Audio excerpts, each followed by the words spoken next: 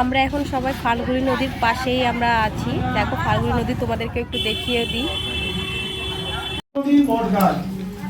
চারজনে মৃত্যু কথা বললো, চারজনকে সীতামা শ্রাপ দিয়েছিল। এই নদীটা দেখছেন, নদীটার নাম হচ্ছে ফল্গু নদী। ফল্গু নদীকে তুমি গুপ্ত গঙ্গা হয়ে যাবে। গরু মৃত্যু বললো। এটা আছে সীতাকুণ্ডু, এখানে সীতা পিণ্ডদান করেছিল। দেখো জায়গাটা। और धन लक्ष्मी का भी वृद्धि हो।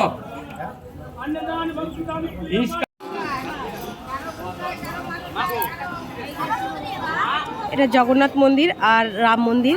দেখো খুব সুন্দর মন্দিরটা। আমরা নিচে চলে এলাম সবাই, আর এখন আমরা ঢুকবো বুদ্ধদেব মন্দিরে।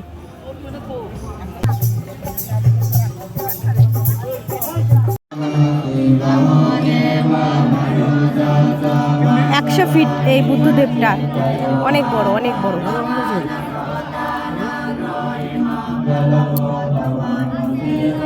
Jala